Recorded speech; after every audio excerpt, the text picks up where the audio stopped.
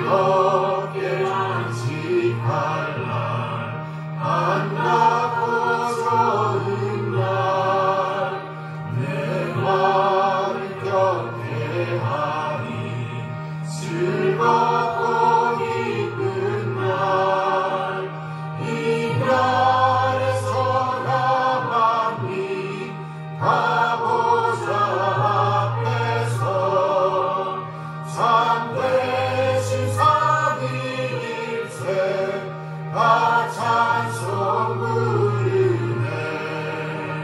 이 날의 하늘에서 새 양식 내리네. 성회로 모이라고 종소리 울리네. 어둠의 밝은 빛이 온 세상 비치며 또 영생물이 흘러 시원케 하시네. 이주를 지킴으로 새 은혜 입어서 영원히 쉬는 곳에 다 올라가시나. 성부께 찬미하고 성자와 또 성령 참되신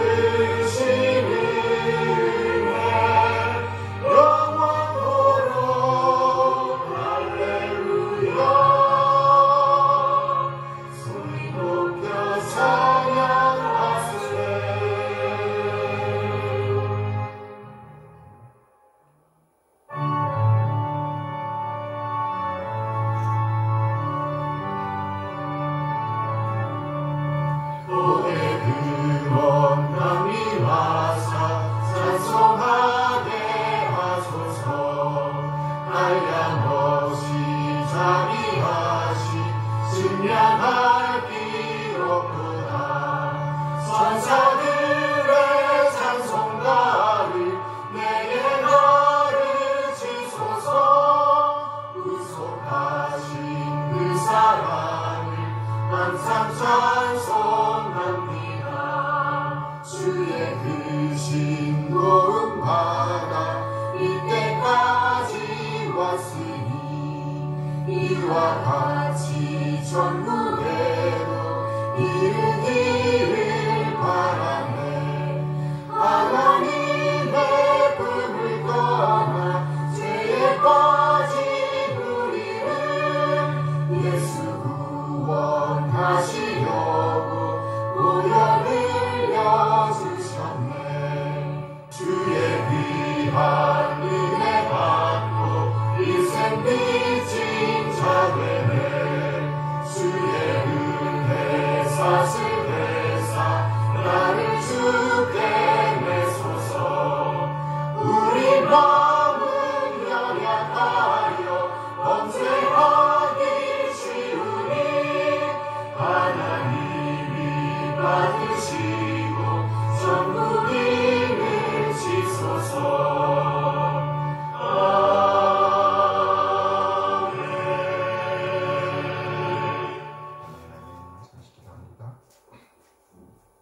참 좋으신 하나님 아버지 감사합니다. 거룩한 주님의 날에 또 하나님 앞에서 예배하며 모일 수 있도록 도와주신 것 감사를 드립니다. 하나님 아버지 감사를 드립니다. 우리로 야고보서 말씀을 통해서 그리스도인이 아버지 어떻게 살아가야 되는지 가르쳐 주시니 감사를 드립니다. 하나님 아버지 그동안 아버지 계속되었던 야고보서 말씀 오늘 마지막 주일인데 주님께서 함께하여 주셔서 우리가 하나님 앞에서 그리스도인으로서 어떻게 복음의 삶을 잘 살아내야 될지 가르쳐 주시고 우리가 복음의 삶을 잘 살아낼 수 있도록 돌봐 주시옵소서. 하나님 아버지 감사합니다. 우리로 사무엘상 말씀을 통해서 하나님 아버지 다윗을 어떻게 준비하시고 인치시고 아버지 다윗과 함께 하시는 하나님을 보게 하시니 감사를 드립니다. 우리의 삶 속에 힘들고 어려운 삶들이 있지만 그럼에도 불구하고 아버지 우리가 주님 나라 가는 그날까지 주님 오시는 그날까지 하나님 앞에서 그리스도인의 삶을 잘 살아낼 수 있도록 도와주시옵소서. 다윗과 함께 하신 하나님이 우리와 함께 하실 줄을 믿습니다. 하나님 아버지 감사합니다. 오늘도 말씀을 전해주신 우리 목사님 영육간의 강건함과 성령의 충만함으로 더하여 주시옵소서. 이 시간 신령과 진정으로 드려지는 귀하고 복된 예배가 되기를 기도하며 살아계신 예수 그리스도의 이름으로 기도드립니다. 아멘. 감사합니다. 이 시간은 시편 교도 시간입니다. 시편 123편 말씀 보도록 하겠습니다.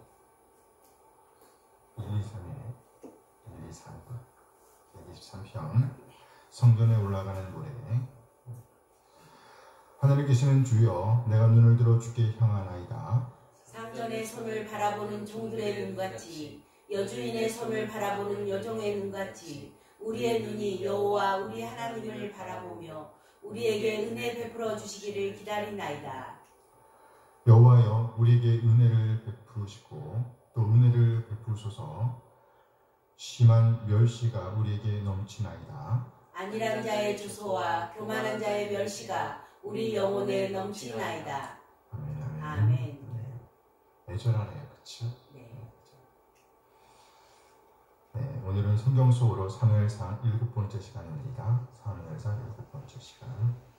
큰 제목은 각인된 다윗의 홀로서기. 다윗의 홀로서기라는 제목으로 볼 거예요. 네, 먼저 문제를 보도록 하겠습니다. 사무엘상 18장 다윗에 대한 설명으로 잘못된 것은 다윗은 요나단 그의 생명처럼 사랑을 입었다. 그렇죠? 다윗은 요나단의 생명처럼 사랑을 입었다. 다윗은 요나단의 겉옷, 군복, 칼, 활과 띠를 받았다. 다윗은 사울에 의해 군대의 장으로 세워졌고 온 백성이 합당히 여겼다. 사울의 신하들은 다윗이 장으로 세워진 것을 합당히 여기지 않았다. 정답? 4번. 그래요. 정답. 신하들도 합당히 여겼어. 그래 맞아요. 그래서 다윗이 모든 기대를 다 받게 됐단 말이죠. 백성들의 기대, 왕의 기대, 요나단의 기대, 또 군대들의 기대를 다 받고 있었어요. 사무엘상 18장 다윗이 블레셋 사람을 죽이고 돌아올 때의 설명으로 잘못된 것은 여인들이 이스라엘 모든 성읍에서 나왔다. 성읍에서 나온 여인들이 춤추며 소고와 경쇠로 환영했다. 여인들은 다윗을 환영하면서 노래했다. 환영가 내용은 사울이 죽인 자는 천천히요 다윗은 만만이로다 하였다. 만만이로다 하였다. 정답? 왜 경쇠는 뭐를 악기라고 그래 악기. 성읍에서 나온 여인들이 춤추며 소고와 경쇠로 환영했다. 정답? 다 맞는 것 같은데. 네, 3번 잘못했죠. 3번 정답. 다윗을 누굴 환영했어요? 네, 사울을 환영했죠. 그때는 사울이구나. 네, 사울을 환영하면서 다윗을 높였다는 말이지. 네, 그랬단 말이에요.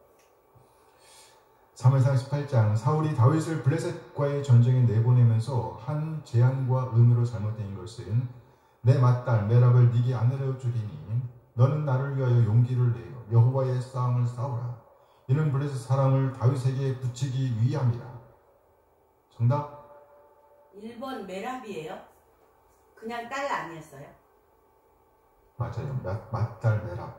맨 처음. 네, 맏딸 메랍. 사울이 이렇게 약속을 했어요. 내 맏딸 메랍을 네게 아내로 주리라. 너는 나를 위하여 용기를 내어 여호와의 싸움을 싸우라. 용기를 내라. 싸우라.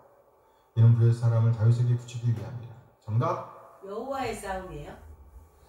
네, 여호와의 싸움 맞죠. 왜 저 틀린 게 뭐가 있어요? 틀린 게 뭐가 있냐고요? 틀린 게 있으니까 문제를 냈죠. 내 맏딸 메랍을 내게 아내로 주리니. 4번? 자, 4번이에요. 4번. 뭐가 잘못됐는지 알겠어요? 뭐가 잘못됐을까요? 이는 블레셋 사람을 다윗에게 붙이기 위함이라. 이게 아니고 블레셋 사람에게 다윗을 붙이기 위함이었어요. 다윗을 죽이기 위해서 이걸 제안한 거예요. 자기는 손도 안 대고 코를 풀겠다는 거죠. 네. 사무엘상 19장 다윗을 죽이려는 아버지에게 요나단이 한 말과 왕의 반응으로 잘못된 것은 원하건대 왕은 신하 다윗에게 범죄하지 마옵소서. 그는 왕께 득죄하지 아니하였고 그가 왕께 행한 일은 심히 선함이니이다. 그때 사울이 맹세하되 다윗은 죽어야 하리라. 정답? 4번. 네, 4번 잘못했죠. 네. 그때는 또 돌아왔죠. 잘하셨습니다. 사무엘상 19장 사울이 다윗을 죽이려고 한 일과 미갈의 도움에 대한 설명으로 잘못된 것은 다윗은 사울이 단창으로 자신을 벽에 박으려 하자 집으로 피했다. 이에 사울은 그를 잡아 죽이기 위해 전령들을 그의 집으로 보냈다.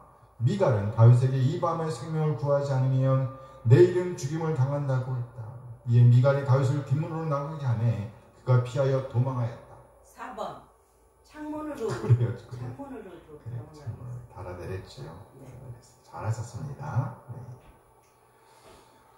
사무엘상 20장 다윗이 라마 나요스에서 사울을 피해 요나단에게 이르러 한 대화로 잘못된 것은 다윗 내 죄악이 무엇이냐. 마지막으로 피해서 요나단과 만난 겁니다. 요나단에게 하는 말이에요. 다윗 내 죄악이 무엇이냐. 다윗도 말하죠. 네 아버지 앞에서 내 죄가 무엇이기에 그가 사울이 내 생명을 찾느냐. 요나단이 대답하는 거예요. 내 아버지가 크고 작은 일을 숨기니 내가 확인해 보리라.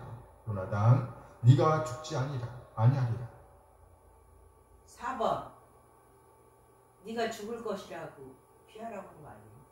20장 앞에 부분이 나요스도 피해서 왔을 때 한 말은 요나단이 한 말을 3번이 아닌가? 3번. 내 아버지가 크고 작은 일을 내게 숨기지 아니하니까 내가 확인해 보겠다. 알려주겠다. 20장 다윗과 요나단의 이별 장면으로 잘못된 것은 이별합니다. 다윗이 땅에 엎드려 3번 절한 후에 서로 입맞추고 같이 울다. 왜 저러죠? 요나단 평안히 가라. 요나단 여호와께서 영원히 나와 너 사이에 계시리라.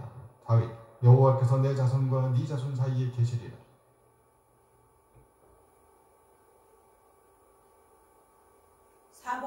네, 다 요나단이 하는 말이에요. 다윗은 듣고 있다가 그냥 가버리죠. 다 요나단이 한 말. 맞아요. 다윗과 요나단. 네, 빈칸을 채우세요. 사무엘상 18장 1절, 사무엘상 18장 1절. 다윗이 사울에게 말하기를 마침에 요나단의 마음이 다윗의 마음과 하나가 돼요. 요나단이 그를 자기 뭐같이? 자신같이. 자기 몸같이? 자기 몸과 같이. 자기 뭐? 생명. 생명같이 사랑하니라. 복의 사자에게 복이. 생명같이 사랑하니라. 18장 3절. 요나단은 다윗을 자기 생명같이 사랑하여 더불어 그렇죠. 언약을 맺었어요. 요나단과 다윗이. 18장 5절. 다윗은 사울이 보내는 곳마다 가서 지혜롭게 행하매 사울이 그를 군대의 장으로 삼았더니 온 백성이 즐겁게 여겼고 어떻게 여겼어요? 즐겁게 그렇죠. 합당히 여겼고 사울 신하들도 합당히 여겼더라. 물론 이 말이 즐겁다는 말이에요. 그래서 제가 들었습니다. 성경에 합당이라고 나와 있는데 즐겁게 여겼다는 말입니다. 기뻐했다는 것이죠. 19장 1절. 사울이 그의 아들 요나단과 그의 모든 신하에게 다윗을 죽이라. 그렇죠. 다윗을 죽이라 말하였더니 사울의 아들 요나단이 다윗을 뭐함으로? 좋아함으로. 어떻게? 심히. 그렇죠. 심히 좋아함으로. 매우 좋아했다는 거예요. 그래서 이걸 매우 좋아했다. 그래서 히브리어도 보면 매우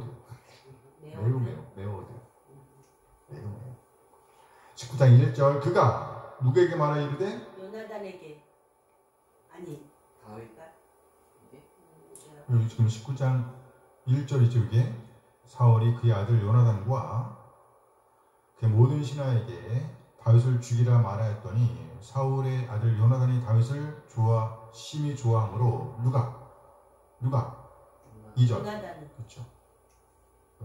그가 요나단이 누구에게? 다윗에게. 네, 다윗에게 말하여 이르되 내 아버지 사울이 너를 죽이기를 꾀하시느니라. 알려주는 거죠. 그러므로 이제 청하노니 아침에 조심하여 은밀한 곳에 숨어 있으라. 19장 4절. 요나단이 그의 아버지 사울에게 다윗을 뭐하여 이르되? 그렇죠. 칭찬하여 이르되 원하건대 왕의 신하 다윗에게 범죄하지 마옵소서. 그는 왕께 tuk죄하지 아니하였고 그 왕께 행한 일은 선함이니이다. 얼마큼 선하다고요? 심히. 그렇죠. 심히 선함이니이다. 심히 선함이니이다. 20장 1절. 다윗이 라마 나요소에서 도망하여 요나단에게 이르되 내가 무엇을 하였으며 내 죄악이 무엇이며 네 아버지 앞에서 내 죄가 무엇이기에 그가 내 생명을 찾느냐. 20장 42절. 무엇이 다윗에게 이르되? 그렇죠? 누구예요? 요나단. 그렇죠. 요나단이 다윗에게 이르되 평안히 가라. 우리 두 사람이 여호와의 이름으로 맹세하여 이르기를 여호와께서 영원히 나와 너 사이에 계시고 내 자손과 네 자손 사이에 계시리라 하였느니라 하니 다윗은 일어나 떠나고 요나단은 성으로 들어갑니다. 그래서 요나단과 다윗이 이별합니다. 슬픈 이별이죠. 제목은요. 각인된 다윗의 홀로서기. 본문은 18장에서 20장까지입니다. 우리는 여호수아서에 이어 온갖 기대와 설렘으로 사사기 성경을 열었습니다. 그러나 우리의 기대는 산산이 부서졌습니다. 또 이스라엘 향한 하나님의 긍휼 역시 첫잠이 짓밟혔습니다. 이스라엘은 완전히 밑바닥까지 내려갔습니다. 그러나 우리는 사사기에 이어 왕정을 여는 사이에서 두 명의 여인을 만납니다. 누구와 누구? 룻과 한나이죠. 첫째 이방 여인 룻을 통해서 이상적인 왕 다윗의 선조가 태어납니다. 그리고 둘째 우리가 사무엘서를 열면서 만나는 한나를 통해서 이상적인 왕 다윗에게 기름을 부어 세울 사무엘이 태어납니다. 이렇게 암흑같이 캄캄한 이스라엘 역사의 현장에서 하나님의 긍휼과 섭리의 역사가 열리고 있었습니다. 사무엘은 어머니의 서원 기도와 함께 태어났으며 그 소원을 지킨 어머니에 의해서 하나님께 온전히 바쳐졌습니다.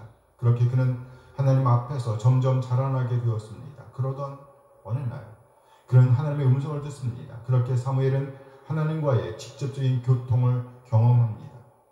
처음에는 엘리 제사장이 하나님과 사무엘의 교통을 인정합니다. 그리고 나아가 온 이스라엘이 하나님께서 사무엘을 세우셨다는 사실을 확인합니다. 그리고 마침내 이스라엘의 마지막 사사 엘리의 시대가 끝나고 사무엘의 시대가 열립니다. 그러나 사무엘의 전성기는 정말 순식간에 지나가 버렸습니다. 그에게도 여지없이 늙음이 찾아왔습니다. 그런데 안타깝게도 그의 아들들은 그의 품위를 잊지 못하고 있습니다. 그의 스승 엘리의 아들들이 그랬듯이, 그리고 또 출애굽의 경위를 경험했던 그의 자손들이 그랬듯이 그 신앙이 삐걱거리고 있었습니다. 그래서 결국 늙은 사무엘이 다시 움직입니다. 이제 그의 역할은 왕을 세우는 일로 이어집니다. 이스라엘이 진짜 왕 하나님을 떠나 인간 왕을 구했기 때문입니다. 그러나 하나님은 그들의 요구를 들어주십니다. 그래서 처음으로 세워진 왕이 사울입니다. 10장 24절 함께 했습니다. 사무엘이 모든 백성에게 이르되 너는 여호와께서 택하신 자를 보느냐 모든 백성 중에 짝할 리가 없느니라 하니 모든 백성이 왕의 만세를 외쳐부르니라. 모든 백성이 왕의 만세를 외쳐부릅니다. 이스라엘 첫 번째 왕으로 세워진 사울을 환호하는 사람들이 많았습니다. 그러나 아직도 그를 왕으로 인정하지 않던 사람들도 있었습니다. 10장 27절 함께 했습니다.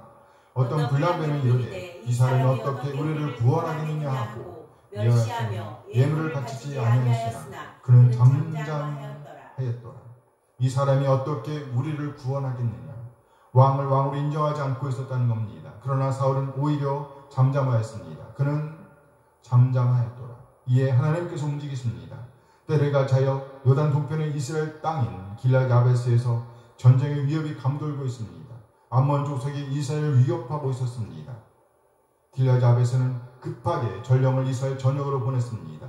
그리고 그 전령을 통해 전해진 소식이 이스라엘 왕 사울에게도 들려옵니다. 이 소식을 들은 사울에게 하나님의 영이 강력하게 임하였습니다.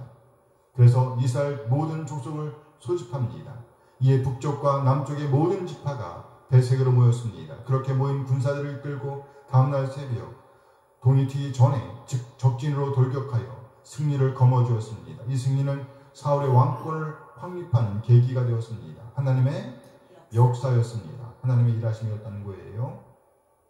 하나님께서는 이렇게 사울의 왕권을 세워주시면서 한 가지 바람을 갖고 계셨습니다. 그것은 곧 온 이스라엘이 전심으로 하나님을 경외하는 것이었습니다. 우리는 사무엘의 입을 통해 이 사실을 확인할 수 있습니다. 12장 24절 말씀입니다. 함께 읽어요.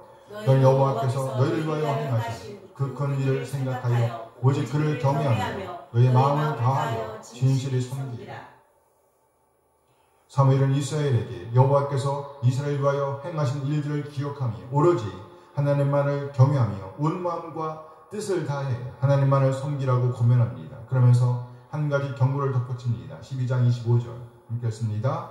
만일 너희가 여전히 악을 행하면 너희와 너희 왕이 다 멸망하리라. 그렇다면 여기서 말하는 악이란 뭘까요? 그것은 곧 들은 말씀, 간직하고 있는 말씀과 다르게 행동하는 것, 그 말씀을 따르지 않는 것을 가리킵니다. 불순종입니다. 그렇습니다. 이것은 처음 사람들이 저질렀던 죄와 같은 것입니다. 그런데 사울 왕은 보이는 것 때문에, 좋아 보이는 것 때문에, 좋은 것이 아니라 좋아 보이는 것 때문에 왕의 왕이신 하나님의 명령을 어깁니다. 악의 길, 불순종의 길로 들어섭니다.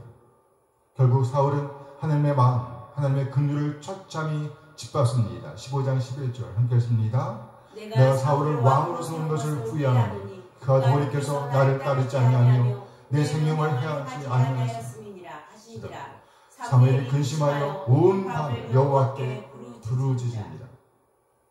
내가 사울을 왕으로 세운 것을 후회하노니 하나님께서 후회한다라고 말씀하십니다. 이 말의 좀 더 정확한 뜻은 하나님의 마음을 아프게 했다는 것입니다. 무슨 말인가요?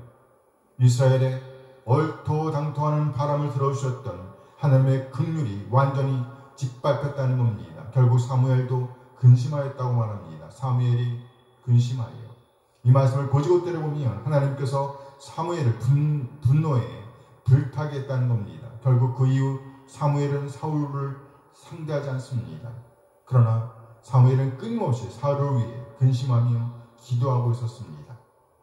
하나님은 그런 그를 불러내어 새로운 왕위로 보내십니다. 16장 1절 함께 읽습니다. 여호와께서 사무엘에게 이르시되 내가 이미 사울을 버려 이스라엘 왕이 되지 못하게 하였거늘 네가 그를 위하여 언제까지 슬퍼하겠느냐. 너는 뿔에 기름을 채워 가지고 가라. 내가 너를 베들레헴 사람 이새에게로 보내리니 이는 내가 그의 아들 중에서 한 왕을 보았느니라 하시는지라. 하나님께서 사무엘에게 말씀하십니다. 네가 그를 위하여 언제까지 슬퍼하겠느냐. 그만 슬퍼하라는 겁니다. 그러면서 그를 보내십니다. 가라. 내가 너를 베들레헴 사람 이새에게로 보내리니. 드디어 우리가 룻기에서 보았던 그 왕 다윗이 등장하는 그림입니다.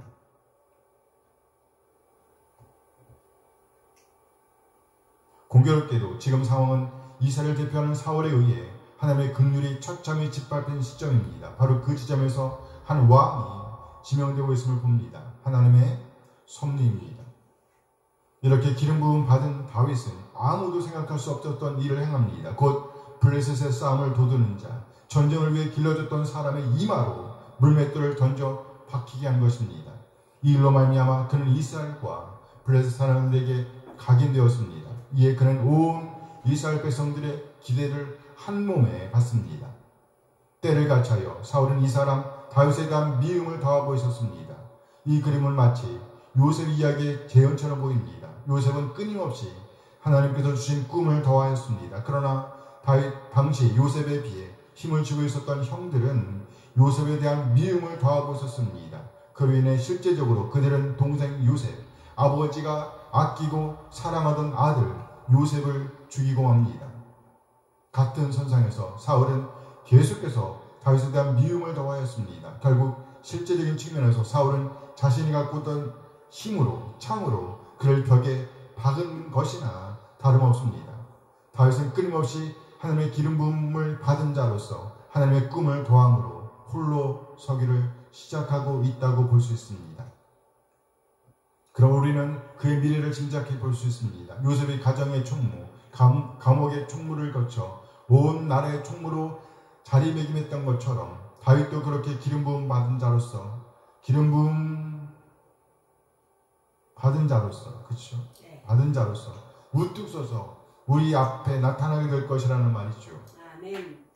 요셉의 홀로서기, 다윗의 홀로서기가 우리에게 보여주는 교훈은 뭘까요? 이 세상 것들, 거짓 것들을 우리 안에 채우면 안 된다는 것입니다. 어찌하든지 우리 안에 하나님으로부터 나오는 것들, 하나님의 입으로부터 나오는 것들, 곧 하나님의 말씀과 뜻, 생각을 우리 안에 품고 간직하고, 그리고 간직하고 있는 하나님의 뜻, 하나님의 말씀을 우리 삶의 현장에서 살아내야 한다는 것입니다. 아멘, 아멘. 우리 모두 함께 읽어볼까요? 우리 모두 이렇게 하여 하나님의 뜻을 편만하게 드러내며 하나님 영원롭지 않은 자들로 자리매김하게 되길, 아름다운 믿음의 유산을 남기게 되길 소원합니다. 아멘, 아멘. 성경 본문 기회로 보겠습니다. 18장 1절에서 16절. 각인된 다윗에게 집중되는 관심과 기대. 블레셋의 골리앗, 전쟁의 사람을 길러줬던 이 사람을 죽인 이후 다윗은 블레셋 백성과 이스라엘 백성에게 각인되었습니다. 무엇보다 사울 왕은 이전까지 부모에게 왕래하고 있던 다윗을 온전히 자신의 옆에 묶어놓습니다. 18장 2절 함께 읽습니다. 그날에 사울은 다윗을 머무르게 하고 그의 아버지의 집으로 다시 돌아가기를 허락하지 않았고, 이전까지 다윗은 아버지의 집을 왕래하고 있었습니다. 17장 15절 함께 읽습니다. 다윗은 사울에게로 왕래하며 베들레헴에서 그의 아버지의 양을 칠 때, 다윗은 골리앗을 치기 직전까지 이렇게 아버지 집을 왕래하면서 사울 왕을 섬기고 있었습니다. 그러나 이제는 그것이 허락되지 않았다는 겁니다. 더불어 그는 요나단에게 아주 귀한 사랑을 받게 됩니다. 나아가 사울은 다윗을 군대의 장으로 세웁니다. 이에 온 백성이 좋아했습니다. 뿐만 아니라 사울의 신하들도 흡족하게 여겼습니다. 아주 만족하게 여겼다는 거예요. 이렇게 온 백성에게 각인된 다윗은 그에 걸맞은 삶을 살아냈고, 이에 요나단과 백성과 신하들의 관심과 기대를 한 몸에 받게 되었습니다. 18장 17절에서 30절. 왕의 사위, 부모가 되는 다윗. 이제 다윗은 왕의 사위로 자리매김하게 됩니다. 왕 사울의 딸 미갈이 다윗을 사랑하였습니다. 이에 다윗은 자신을 죽일 계략을 오히려 극복하고 당당히 왕 사울의 사위가 됩니다. 18장 25절 함께 했습니다.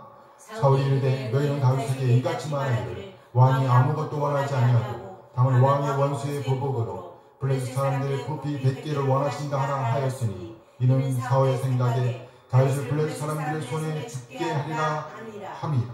사울의 유일한 관심은 자신의 손을 대지 않고 다윗을 죽여 없애는 것이었습니다.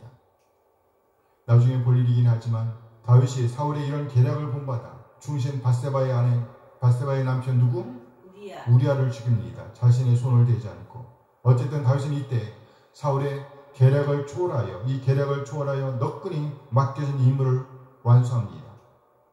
사울은 100명의 시체를 원했으나 다윗은 오히려 200명의 시체를 갖다 바칩니다. 18장 27절 함께 읽어요.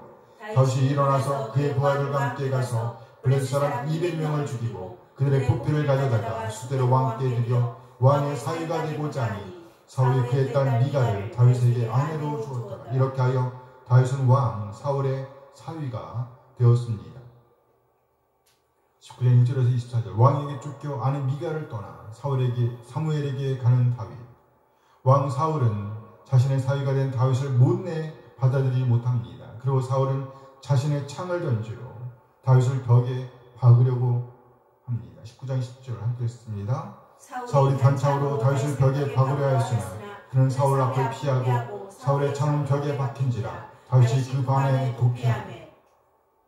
그리고 아내 미갈의 도움으로 다윗은 무사히 사울의 포위망을 뚫고 빠져나와 사무엘에게 이릅니다. 그리고 함께 라마의 나요스로 도망갔습니다. 그런데 그곳까지 사울의 전령들 그리고 나중에는 사울 자신이 추격해 옵니다. 20장 1절에서 40절 사무엘과 왕과 요나단과 헤어지는 다윗. 사울의 추격을 피해 다윗은 끝내 스승 사무엘과 헤어집니다. 둘도 없는 후원자였던 요나단과도 헤어집니다. 다윗은 아내와 사무엘 그리고 요나단의 도움으로 왕의 추격을 피해 목숨을 구하였습니다. 이렇게 다윗은 왕의 추격을 벗어남과 동시에 돕는 자들을 떠나 홀로 서기를 시작합니다. 뭘 시작한다고요? 홀로 서기. 각인된 다윗의 홀로 서기. 중심 구절을 보겠습니다. 승리를 더하는 다윗, 미움을 더하는 사울. 19장 8절에서 10절 말씀입니다. 함께 읽어요. 전쟁이 다시 있으므로 다윗이 나가서 블레셋 사람들과 싸워 그들을 크게 쳐 죽이매 그들이 그 앞에서 도망하니라. 사울이 손에 단창을 가지고 그의 집에 앉았을 때에 여호와께서 부르시는 악령이 사울에게 접하였으므로 다윗이 손으로 수금을 탈 때에 사울이 단창으로 다윗을 벽에 박으려 하였으나 그는 사울의 앞을 피하고 사울의 창은 벽에 박힌지라 다윗이 그 밤에 도피하매. 우리말 성경은 전쟁이 다시 있으므로 라고 표현하고 있습니다. 여기 다시 있으므로 라는 단어를 고지고대로 보면 더하다 라는 단어입니다. 더하다. 이 단어는 요셉이라는 이름의 어원과 같습니다. 요셉은 누구인가요? 그는 하나님으로부터 비롯된 꿈을 더하던 사람이었습니다. 반면에 형들은 미움을 더하였습니다. 미움을 쌓았던 형들은 사실상 동생 요셉을 죽이게 되었습니다. 그러나 요셉은 아무도 생각하지 못했던 모습으로 형들 앞에 나타납니다. 같은 선상에서 다윗은 블레셋과의 전쟁을 통해서 승리를 더하고 있었습니다. 반면에 사울은 미움을 더합니다. 이 일로 말미암아 그는 하나님의 영의 지배를 받는 것이 아니라 악의 지배를 받게 됩니다. 악의 지배를 받는다는 말의 다른 의미는 곧 악을 행하게 된다는 것이죠. 우리말 성경뿐만 아니라 대부분의 번역 성경들이 여호와께서 부르시는 악령이 사울에게 접하였다고 옮기고 있습니다. 함께 읽어요. 여호와께서 부르시는 악령이 사울에게 접하였으므로. 사실상 이 문장은 두 문장으로 구성되어 있습니다. 한 문장은 동사가 포함되어 있는 완전한 문장이고 다른 한 문장은 동사가 생략된 문장으로서 명사와 전치사구가 합쳐진 문장입니다. 첫째 문장을 고지것대로 옮기면 여호와의 영이 계셨다는 겁니다. 뭐가 계셨다? 여호와의 영이 계셨다. 그리고 두 번째 문장은 악이 사울에게 라는 문장입니다. 악이 사울에게. 이 문장은 있었다라는 동사가 생략된 문장을 볼 수 있습니다. 억지 같지만 여호와의 영이 계시고 악이 있었는데 사울에게 영향을 끼친 것은 뭐라는 얘기예요? 악이었다고 이해하고 싶은 것입니다. 결국 이로 인해 사울은 악의 지배를 받게 되었고 이로 인해 사실상 사울은 다윗을 죽이고자 했다는 것입니다. 다시 요셉과 그의 형제들 이야기와 비교해 보겠습니다. 요셉은 하나님의 꿈을 더하고 있었다고 하면 그의 형제들은 미움을 더하고 있었습니다. 같은 선상에서 다윗은 여호와의 영의 지배를 받아 승리를 더하고 있었다면 사울은 악의 지배를 받아 그 여호와의 영을 떠나고 하나님의 말씀을 떠나 미움을 더하고 있었다는 겁니다.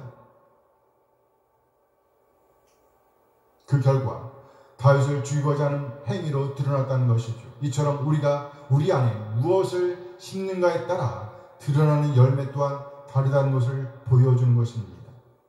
우리 한 사람 이 세상 것들 곧 악이나 미움을 우리 안에 더하는 것이 아니라 하나님의 말씀, 하나님의 뜻, 하나님의 마음을 우리 안에 담아내므로 온갖 승리를 더하게 되기를 소원합니다.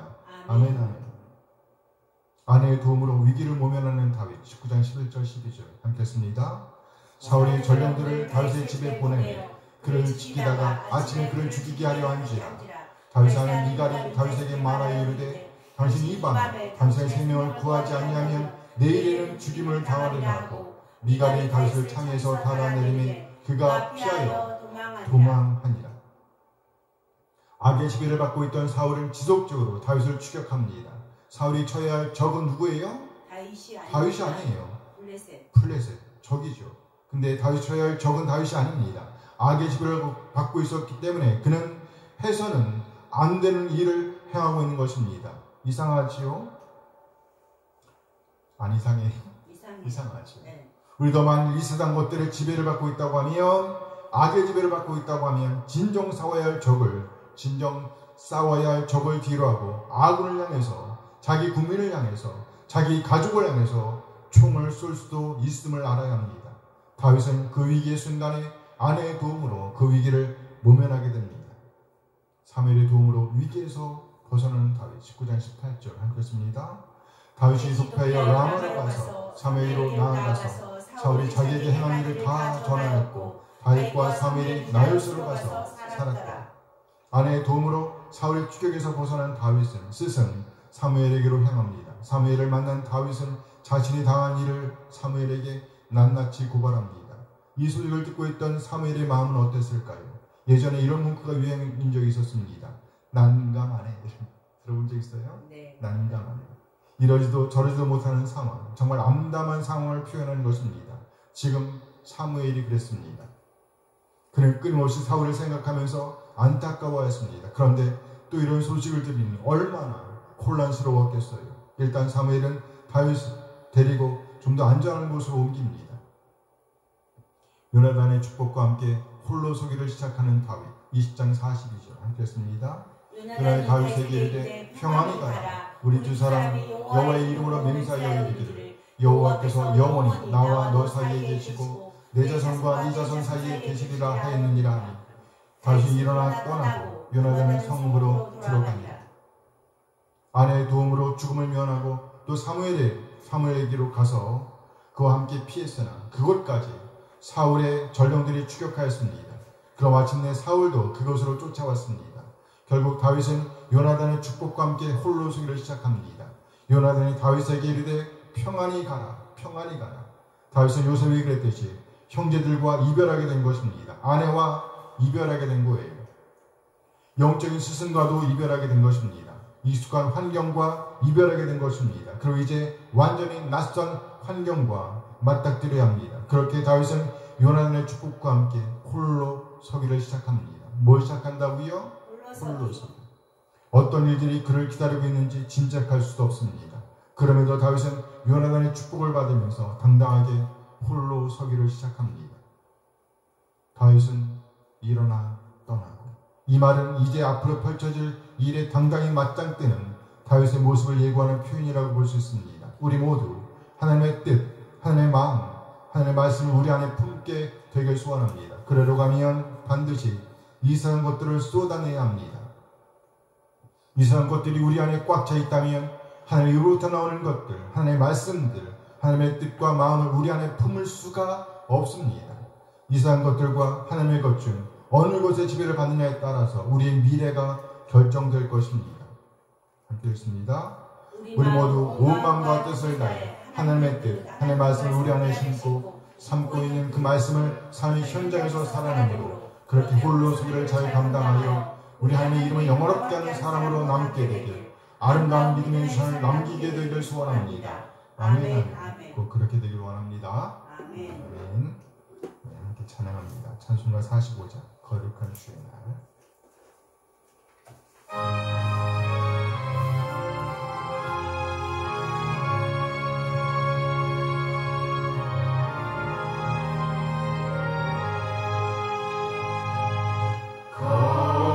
거룩한 주의 날 주 앞에 모여서 찬양과 경배를 주님께 드리세. 주님의 크신 사랑 놀라운 주의 은혜 귀하신 주의 영광을 돌리세. 엎드려 경배하세. 주님의 크신 은혜 영원토록 할렐루야. 소리 높여 찬양하세. 거룩한 주의 날 주 앞에 모여서 온 몸과 마음을 다 주께 드리세. 하나님 주의 복은 부족한 정겨웠네. 귀하신 주께 감사를 드리세. 엎드려 경배하세. 주님의 크신 은혜 영원토록 할렐루야. 소리 높여 찬양하세. 거룩한 주의 날 주 앞에 모여서 하늘의 소망을 다 함께 누리세. 날마다 주의 성령 우리를 인도하니 십자가 바라보며 주님만 따르니 엎드려 경배하세. 주님의 크신 은혜 영원토록 할렐루야. 소리 높여 찬양하세.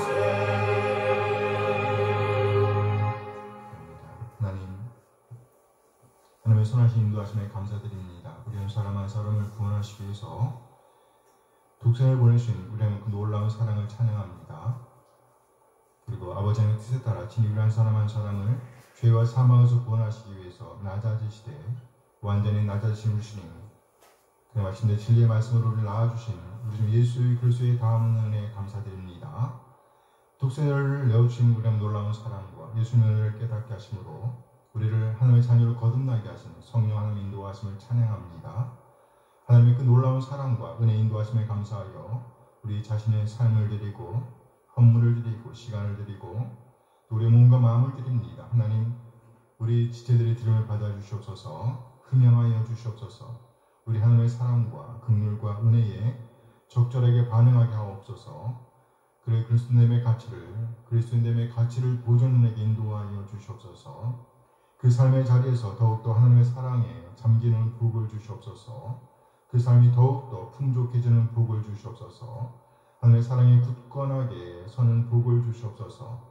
천국 백성으로서 이 세상을 살아낼 수 있는 복을 주시옵소서. 믿음을 살아낼 수 있는 지혜를 주시옵소서. 하나님, 이 시간 우리 하나님의 말씀을 기다립니다. 우리를 깨닫게 하시고 하나님의 하나님 되심을 인정하며 하나님의 뜻, 하나님의 오름을 살아내고자 하는 열정을 주시옵소서. 믿음의 부여한 자로서 믿는 자의 품격을 살아낼 수 있도록 하나님의 사랑과 은혜를 살아낼 수 있도록 인도하여 주시옵소서. 감사드리며 우리 주 예수 그리스도의 이름으로 기도합니다. 아멘. 아멘. 환영합니다. 네, 오늘은 신앙고백 제6장 1689년 런던 침례교 신앙고백서 제6장 제목이 뭡니까? 사람의 타락과 죄와 형벌에 관하여. 사람의 타락과 죄와 형벌에 관하여를 고백하도록 하겠습니다. 하나님은 사람을 정직하고 완전하게 창조하시고 의로운 법을 주셨는데 그 법을 지킬 때는 생명에 이르고 어길 때는 사망에 처하는 것이었다. 그러나 사람들은 이 명예를 오래 지켜내지 못했다. 사탄은 뱀의 강도함을 사용하여 하와를 유혹했고 하와는 아담을 미혹하여 아담은 아무런 간섭됨이 없이 창조의 법과 그들에게 주어진 금지된 과일을 먹지 말라는 명령을 고의로 위반한 것이었다. 하나님께서 자신의 지혜롭고 거룩한 계획에 따라 그들이 죄를 범하도록 허용하신 것은 자신의 영광을 드러내시려는 목적이 있기 때문이다. 이 죄로 말미암아 우리의 첫 부모는 그들의 본래의 의와 하나님과의 교제로부터 떨어졌고 그 결과 우리 모든 사람들에게는 죽음이 오게 되었다. 모든 사람들은 죄 가운데 죽게 되었고 영혼과 육체의 모든 기능들과 부분들은 전적으로 더러워졌다. 그들은 실죄였으며 하나님에 의해 지정된 온 인류의 대표자였다. 따라서 그 죄책이 우리에게 전가되었으며 타락한 본성이 매 세대에 걸쳐 모든 자손들에게 유전되었다. 이제 인간은 죄 속에서 잉태되고 본질상 진노의 자녀가 되었고 죄의 노예가 되었으며 죽음의 지배를 받게 되었다. 주 예수께서 그들을 자유롭게 하지 않는다면 그들은 영적인 고통, 현세적인 고통뿐만 아니라 영원한 고통을 받게 될 것이다. 이 원래적 부패, 원죄로 말미암아 우리는 모든 선에 대하여 전적으로 실증을 느끼며 무능해졌다. 그리고 선을 배격하는 존재가 되었으며 악으로 완전히 기울어지게 되어 모든 자범죄가 나오게 되었다. 이 원죄는 이 세상의 삶을 사는 동안에 중생한 사람들에게도 남아있다. 그것은 그리스도를 통하여 용서받고 억제되지만 본선적인 부패뿐만이 아니라 그로부터 나오는 자연적인 동기들은 틀림없이 당연히 죄가 되는 것이다. 그래요. 오늘 본문입니다. 야고보서 5장 19절 20절 말씀입니다. 내 형제들아 너희 중에 미혹되어 진리를 떠난 자를 누가 돌아서게 하면 너희가 알 것은 죄인을 미혹된 길에서 돌아서게 하는 자가 그의 영혼을 사망에서 구원할 것이며 허다한 죄를 덮을 것이니라. 아멘 아멘. 아멘. 오늘은 야고보서 5장 19절에서 20절 말씀을 중심으로 제목이 뭡니까? 그리스도인 그 길을 살아내는 사람. 그 길은 어떤 길이에요? 나도 알고 너도 알고 모두가 아는 그 길을 가르치는 거예요. 복음의 길. 아주 오래된 이야기입니다. 한 주인의 신실한 종에 대한 이야기인데요. 이 신실한 종은 온 마음을 다해서 주인을 섬겼습니다. 그는 주인의 말씀을 잘 듣고 잘 따랐던 사람이었습니다. 그래서 누구도 그의 신실함을 의심하지 않았어요. 모두가 그의 신실함을 칭찬하였습니다. 그렇게 한참의 세월이 흘렀습니다. 이제 그는 주인의 배려로 학문도 깊어졌습니다. 그의 말에는 힘이 있었습니다. 주인도 그의 학문의 깊이를 인정할 정도였습니다. 그래서 이제 주인은 그에게 모든 결정권을 주기에 이르렀습니다. 나보다 뛰어나니까, 그렇죠? 주인 생각할 때 믿음직하니까 자기의 결정권까지 넘겨줬어요. 이제 그에게 학문의 깊이와 더불어 주인의 권력까지 주어지게 되었습니다. 힘도 있었어요. 능력도 있었어요. 얼마나 기뻤을까요? 그의 힘은 점점 더 높아져만 갔습니다. 이제는 오히려 누구도 그에게 범접하기 어려울 정도가 되었습니다. 함부로 가까이 할 수가 없었다는 말이죠. 그런데 어느 순간 그는 주인의 뜻을 살피는데 실패하게 됩니다. 단지 주인의 생각을 자기 마음대로 추측할 뿐 온전히 그 뜻을 알려고 하지 않습니다. 오로지 자신의 생각과 자신의 뜻을 추구하게 이르렀습니다. 학문과 힘이 주어졌으니 누구도 그의 위세 앞에 당당히 나설 수가 없을 지경이 되었던 겁니다. 급기야 이제 그는 자신도 모르는 사이에 주인을 대항하는 위치에 서게 되었습니다. 나중에 알고 보니 그는 그의 주인까지도 무릎을 꿇리려 하고 있었다는 겁니다. 정말 몰랐습니다. 그것은 전혀 그의 뜻이 아니었습니다. 그런데 결과적으로 그렇게 되고 만 것입니다. 그런데 그때 그가 주인의 눈물을 보았습니다. 뭘 보았다고요? 주인의 눈물. 그동안 닫혀 있었던 그의 눈이 열렸습니다. 그의 귀가 열렸습니다. 그의 눈이 떠졌습니다. 그의 닫혔던 마음의 문이 열렸습니다. 그렇게 그는 그 잘못된 길에서 벗어나게 되었다는 겁니다. 물론 그 길에서 벗어나기 위해서 그는 엄청난 갑질을 해야만 했습니다. 물론 몸은 힘들었고 있는 것도 다 빼앗겼습니다. 하지만 마음은 뛸 듯이 기뻤습니다.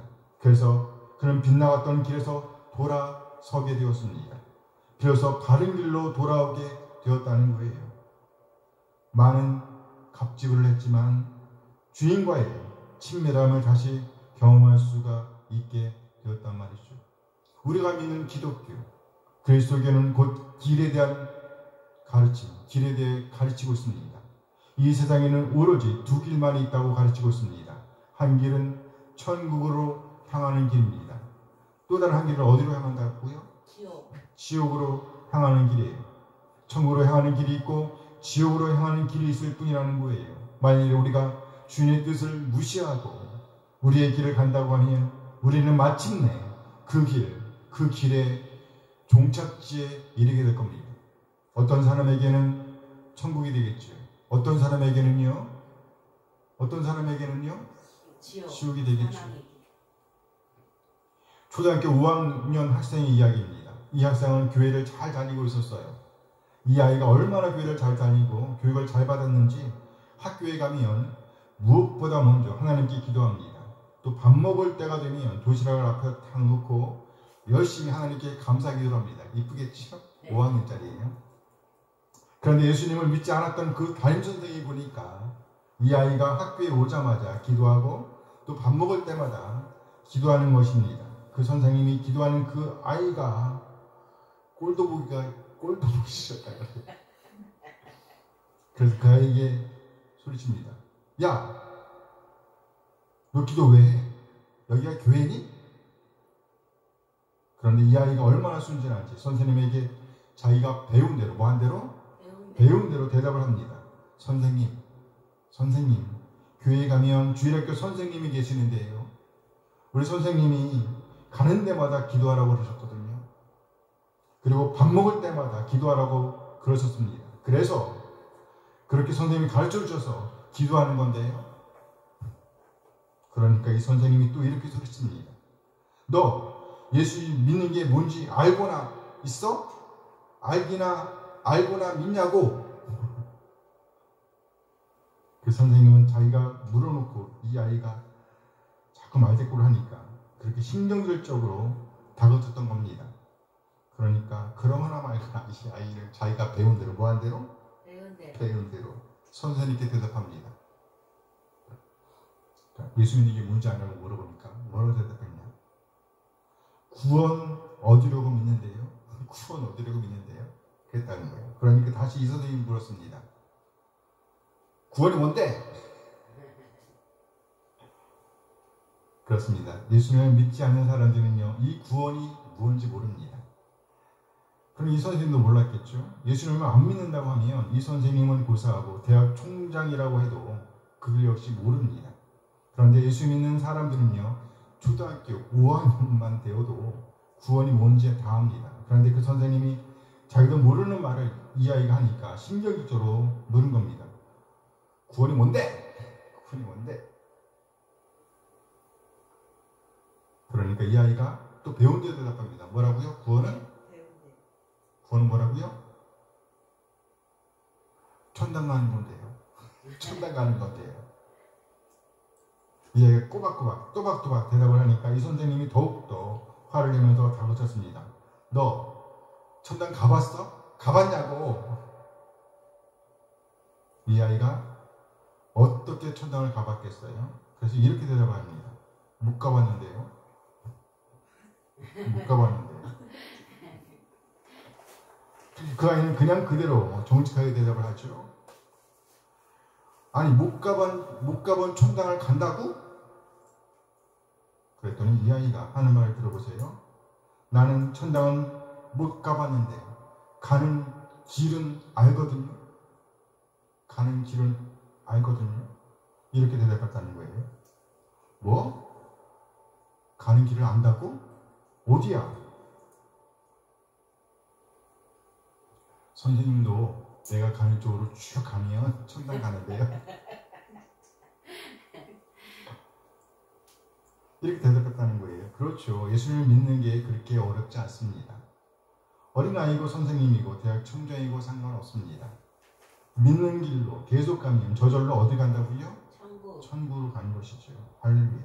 아멘. 이걸 몰라서 사람들이 중간에 자꾸 멈추고 그리고 바른 길에서 벗어나게 되는 겁니다. 이 아이가 천당을 가보지 못했지만 그 길은 안다고 그렇게 반듯하게 대답을 했습니다. 그렇게 배운 대로 대답을 했다는 거예요. 그러니까 그 선생님이 더욱 속이 상해서 이렇게 물었다고 그래요. 그러면 안 믿으면 어디 가는데? 안 믿으면 어디 가는지는 더 쉽습니다. 어디 가요? 지옥. 예수 안 믿으면 지옥을 가죠. 이 아이도 선생님이 안 믿으면 어디 가는데? 이렇게 물으니까 그렇게 대답했습니다. 지옥 가는데요. 지옥 가는데요. 무슨 말이에요? 이 말은 선생님이 지옥 간다는 말하고 똑같잖아요. 선생님이 지옥 간다는 말하고 똑같잖아요. 그러니까 이 선생님이 화가 치밀어서 또 이렇게 물었다는 거예요. 너 지옥 가봤어? 가봤냐고? 아니요. 안 가봤는데요. 아니 안 가본 지옥을 간다고? 선생님, 내가 지옥을 안 가봤는데요. 가는 길은 아는데요. 이 아이는 모르는 게 없네요. 지옥으로 가는 길을 안다는 거예요. 그러니까 그 선생님이 이 아이에게 그 길이 어디냐고 물었겠죠? 선생님, 지금부터 선생님이 가는 쪽으로 쭉 가면 거기가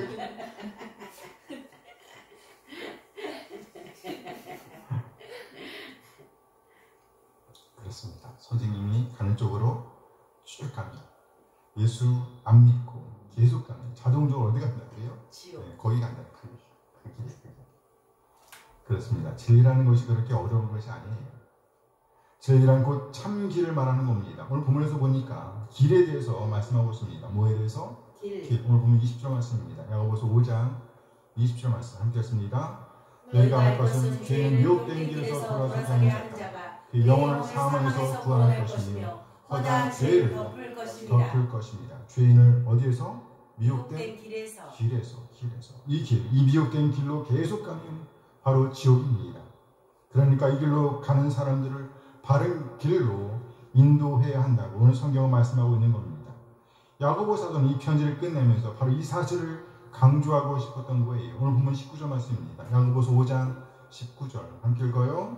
내 형제들아 너희 중에 미혹되어 진리를 떠난 자를 누가 돌아서게 하며. 네, 본문에서 보면 여기 두 사람을 예로 들고 있습니다. 한 사람은 미혹되어 지옥으로 향하여 길을 가고 있는 사람입니다. 그 길로 계속 가면 지옥입니다. 그런데 그것을 모른 채 그걸 계속 가는 사람이 있다는 거예요. 그 본문이 예를 들면 또 한 사람은요. 바로 그 사람, 제 길로 인도하는 사람입니다. 그 사람을 다시 바른 길로 인도하는 사람이 있다는 거예요. 쉬운 성경으로 이 본문을 다시 읽어보면 이렇게 됩니다. 네, 형제 여러분 가운데 어떤 사람이 진리에서 떠나 헤매고 있을 때 누군가가 그를 잘못된 길에서 다시 돌아오게 했다니. 여기서 보면 첫 번째로 지옥으로 계속 가고 있는 사람은 어떤 사람입니다. 그리고 그 어떤 사람을 천국으로 향하게 하는 천국으로 향하는 길로 인도하는 사람은 누구예요? 누군가라고 묘사되어 있습니다. 어떤 사람? 누군가. 여기 어떤 사람은요, 계속해서 자기 길을 갑니다. 만일 이 사람이 그렇게 계속해서 그 길로 가면 그는 자동적으로 어디에 도착해요? 지옥. 네, 지옥에 도착하게 됩니다. 예전에 예수님을 믿었는가를 보는 것이 아닙니다. 예수님을 믿었음에도 불구하고 진리를 떠난 그 길, 미혹된 그 길로 계속 가면 그는 마침내 멸망의 길로 나아가 멸망에 이르게 될 것입니다. 예수님을 잘 믿다가 이단에 빠진 사람들, 만일에 그 사람들이 자기가 가고 있는 그 길이 미혹된 길이라는 것을 알고 돌이키면 그 사람은 구원을 받을 것입니다. 하지만 만일에 그 길로 계속 간다고 하면 어떻게 될까요? 멸망입니다. 멸망이죠. 파멸입니다. 따라서 우리가 예수님을 구세주와 주로 믿어 하나님의 자녀가 되었다고 하면 이제 우리는 우리 믿음을 잘 지켜내야 합니다. 잘 보존해내야 한다는 것이에요. 지금도 순간순간 우리의 눈을 가리는 사탄의 관계가 있습니다. 그 관계, 그 속임에 넘어가면 된다 안 된다? 안 된다. 안 된다는 것이에요. 그렇게 계속해서 멸망의 길로 나아가던 그 사람에게 누군가 다가섭니다.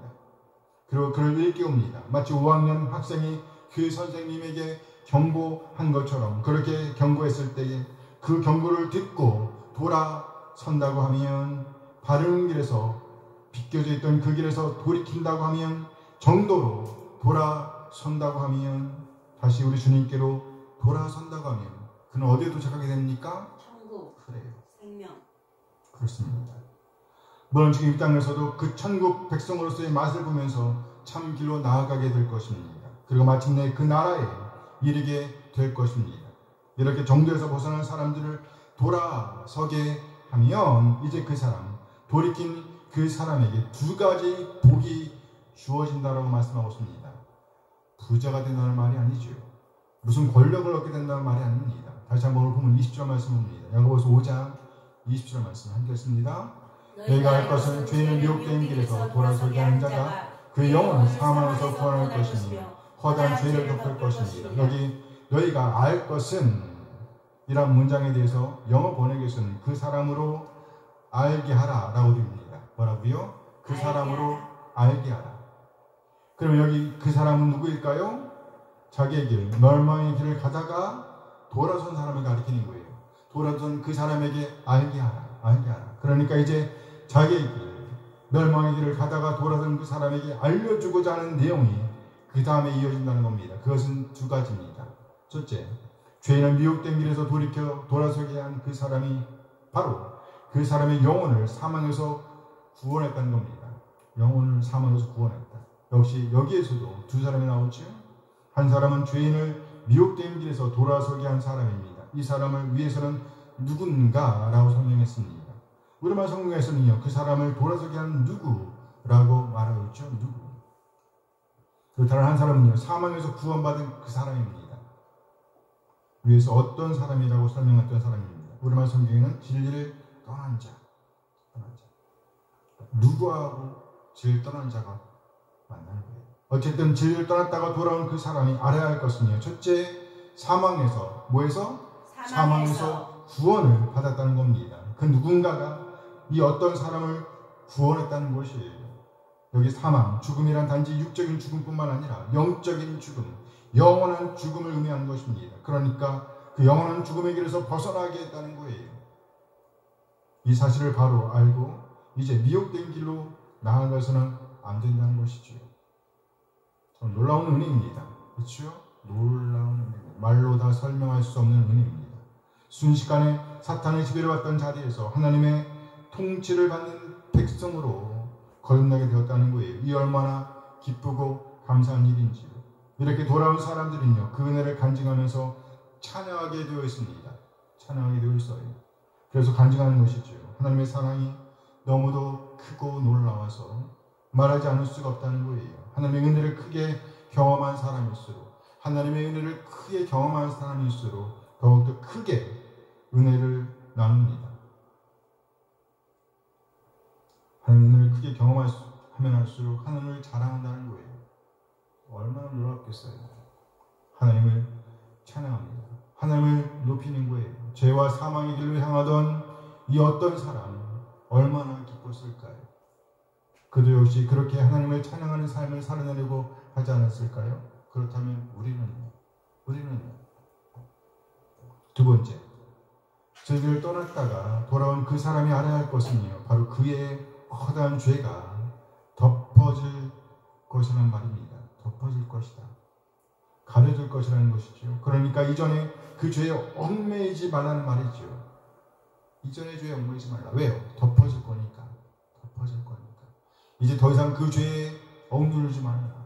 지배를 받지 말라. 그러니까 이제 우리는 앞에 있는 표들을 향해서 다름질해야 한다는 겁니다. 만일에 이렇게 죄를 덮어주는 일이 없다고 하면 도대체 누가 자유롭게 우리 주님의 품으로 돌아올 수가 있겠어요? 이것이 은혜입니다. 말로 다 설명할 수 없는 하나님의 은혜라는 말이죠. 우리는 성경에서 그렇게 그런 사람들을 많이 보셨습니다. 은혜를 경험한 사람들. 구약 성경에서뿐만 아니라 신약 성경에서도 우리는 그런 사람들을 만나볼 수가 있습니다. 대표적인 사람이 바로 사도 바울입니다. 누구요? 사도 바울. 그 사람은요, 정말 예수님을 믿던 사람들을 엄청나게 못살게 굴었어요. 수많은 사람들을 감옥에 쳐넣었습니다. 그리고 핍박했습니다.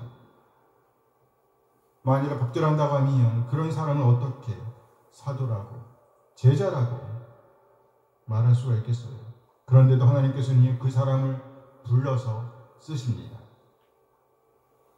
그러니 얼마나 감사한 일인가요? 그래서 그는요, 정말 우리 하나님 은혜에 완전히 취해서 삽니다. 그런 열심히 마침내 복음을 편만하게 전하는 불씨가 되었던 겁니다. 그는 정말 엄청 돌아다닙니다. 복음을 들고 온갖 곳으로 나아갑니다. 그가 그렇게 시간과 돈과 몸을 아끼지 않고 바쳤던 이유가 뭘까요? 뭐예요? 복음을 위해서.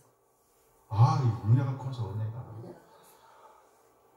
죽어 마땅한 자기를 사도로 불러주신 은혜가 너무나 커서 그 하나님의 은혜가 너무나 감사해서 그렇게 돌아다니는 거예요. 복음 들고.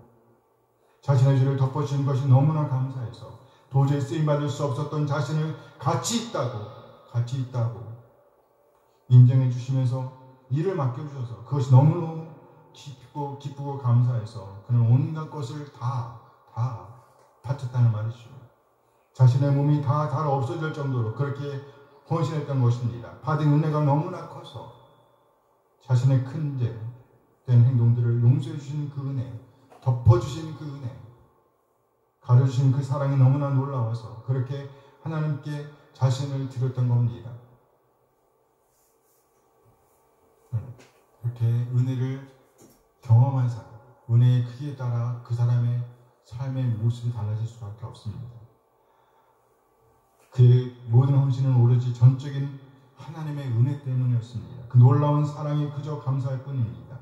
이전에 행했던 그 모든 악한 행동들을 하나님께서 용서해 주셨다는 것이 너무도 감사해서 그렇게 헌신한 겁니다. 몸을 던졌다는 말이죠. 그런데 오늘 본문에서 보면 이 일이 바로 그 누군가로부터 시작된다고 알려주고 있습니다. 그런데 오늘 성경에서 보니까 여전히 어떤 사람은요, 자기의 길, 파멸의 길, 지옥으로 향하는 길로 나아가는 사람들이 있습니다. 그럼 이제 우리는요, 누군가가 되어 그 사람을 그 사망의 길, 멸망의 길, 지옥으로 가고 있는 그 사망의 길로부터 그 사람을 돌아서게 해야 한다는 것이에요. 그 어떤 사람을 멸망의 길에서 돌아서게 하는 누군가가 되어야 한다라고 말씀하고 있습니다. 꼭 그렇게 되어지길 소원합니다. 아멘. 그렇게 되어지길 원해요. 그러기 위해서 우리는요, 무엇보다 먼저 우리 구원을 지켜내야 합니다. 이 진리의 길에서 벗어나면 절대로 안 됩니다. 아니, 내가 벗어났는데 어떻게 다른 사람 인도할 수 있겠어요? 이 진리의 길에서 빗겨져 있다면, 그리고 빗겨져 나간 길로 계속 나아가게 된다면, 그러면 자동적으로 멸망에 이르게 됩니다. 우리가 빗겨져 있는데 어떻게 어떤 사람을 인도하는 누군가가 될 수가 있겠어요?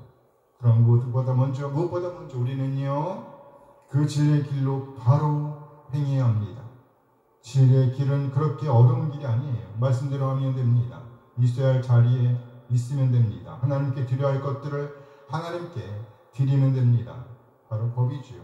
따라서 하나님의 법, 하나님의 말씀을 염두에 두고 생각의 첫 자리에 두고 오늘을 살아내야 한다는 거예요. 이것이 시작입니다. 우리의 첫 시간을 하나님께 드려야 합니다. 우리의 첫 소득을 하나님께 드려야 합니다. 우리의 온전한 헌신을 하나님께 드려야 합니다. 절대로 이 세상 것들을 위해 우리의 시간과 돈과 몸을 들여서는 안 된다는 것이에요. 우리 하나님께 드려야 할 것을 이 세상에 들여서는 결코 안 된다는 것이죠. 이렇게 우리 자신을 지켜내는 일이 먼저 있어야 합니다. 그런 의미에서 오늘 우리가 예배 자리에 있다는 것은요, 아주 바람직하고 귀한 일입니다. 또 우리는 그 진리의 길을 행하는 자로서의 삶을 끝까지, 뭐라고요? 끝까지 살아내야 합니다. 그 길, 바로 복음을 살아내야 한다는 것이에요. 오늘 하루뿐만 아니라 매일의 오늘을 살아내야 한다는 것입니다. 오늘은 그렇게 살았으니까 내일은 다르게 살아도 되겠지. 아니에요. 아닙니다. 그렇게 생각하면 안 돼요. 우리는 매일의 오늘을 그 길의 사람으로 살아내야 합니다. 매일의 오늘 우리는 있어야 할 자리에 있어야 합니다. 매일의 오늘 우리는 마땅히 행해야 할 온전한 헌신을 하나님께 드려야 합니다. 그럼 매일의 오늘 우리는 삶의 자리에서 그 5학년 어린이가 그랬던 것처럼 배운 대로의 삶을 살아내야 합니다. 뭐라고요? 배운 대로의 삶을 살아내야 합니다. 기도합니다. 말씀을 듣습니다. 그렇게 우리는 매일의 오늘 하나님의 말씀을 읽고 듣고 연구하고 묵상하며 삶의 현장에서 들은 말씀을 살아내야 합니다. 간직하고만 있는 것이 아니고요. 간직한다는 말에는요, 살아낸다는 말이 포함된 겁니다. 그렇게 우리는요, 오늘을 살아내야 합니다. 그것이 바로 우리가 살아내야 할 헌신이라는 것이에요. 아멘. 그리고 그렇게 하나님의 뜻을 살아내다가 어떤 사람이 계속해서 멸망의 길, 사망의 길로 나아가고 있음을 볼 때에 그를 위해 기도하고 그에게 바른 길을 제시하며 그럼 마침내 바른 길로 인도해내는 것. 그렇게 해서 그 사람을 사망에서 구원하고 그 사람을 죄의 노예가 아니라 하나님의 사람, 천국 백성으로 살아갈 수 있도록 인도하는 누군가가 되어야 한다는 겁니다. 죄를 떠난 자를 누가 돌아서게 하고. 그렇습니다. 크게 볼 때 이 세상에는 단지 두 종류의 사람만 있을 뿐입니다. 오로지 자기의 길, 사망의 길로 나아가고 있는 어떤 사람이 있고요. 그리고 그 어떤 사람을 바른 길로 인도할 수 있는 누군가가 있을 뿐입니다. 우리는 오로지 진리의 길, 복음의 길, 바로 그 길로 나아가는 누군가로 매일의 오늘을 살아내기로 다짐하는 이 시간이 되어줄 소원합니다. 아울러 그 길로 나아가기 위해서 늘 하나님의 말씀을 읽고 듣고 연구하고 묵상하며 그 들은 말씀을 매일의 오늘을 살아내는 우리 한 사람 한 사람 되어주길 소원합니다. 우리 사실 먼저 그 길의 사람으로서 바르게 서 있어야 그 길의 사람으로 바르게 서 있어야 그래야 그 길의 사람으로 바로 서 있을 때에 비로소 우리는 그 어떤 사람을 각 한 길에서 죄의 길에서 사망의 길에서 인도해낼 수가 있음을 기억해야 합니다. 아무 쓸모없던 우리를 불러 하나님의 자녀라 하나님의 백성이라 인정해 주신 하나님의 은혜를 기억하면서 매일의 오늘을 살아내길 소원합니다. 기도하십니다. 잠시 후 받은 말씀을 생각하시면서 기도하지 않겠습니다. 기도하시겠습니다.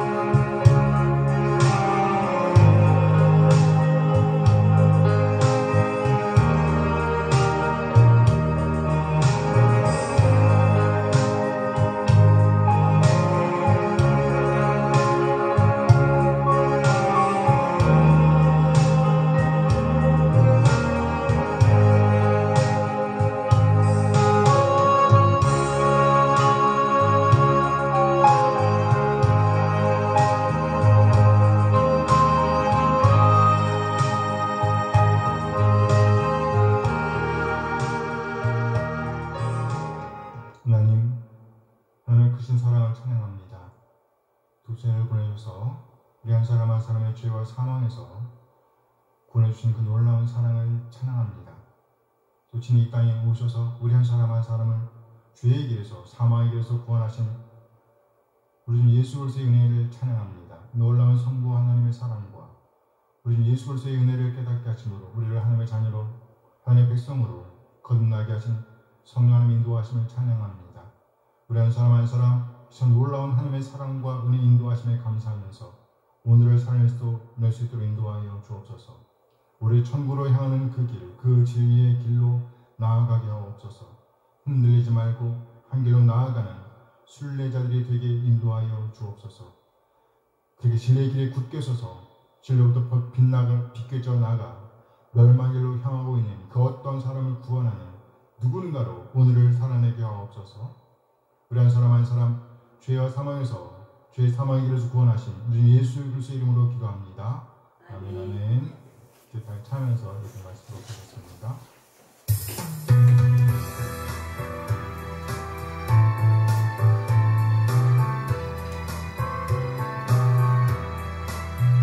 주를 경배하리 나 경배하리 주를 찬양하리라 주를 경배하리 나 경배하리 주를 찬양하리라 영화로운 주 이름을 모두 찬양 드리옵니다. 정성 다하여 주 찬양하니 주여 기뻐 받아 주소서. 주를 경배하리 나 경배하리 주를 찬양하리라 주를 경배하리 나 경배하리 주를 찬양하리라 영화로운 주 이름을 모두 찬양 드리옵니다. 정성 다하여 주 찬양하니 주여 기뻐 받아 주소서. 영화로운 주 이름을 모두 찬양 드리옵니다. 정성 다하여 주 찬양하니 주여 기뻐 받아 주소서. 이제는 우리 주 예수 그리스도의 은혜와 하나님의 극진하신 사랑하심과 성령 하나님의 교통하심이 이제 오늘 받은 말씀대로 천국으로 향하는 그 길, 그 진리의 길에 굳게 서서 진리로부터 비껴져 나가 멸망의 길로 향하는 그 어떤 사람을 구원하는 누군가로 오늘을 살아내기로 다짐하는 모든 지체들에게 함께 하시길 축원하옵나이다. 아멘.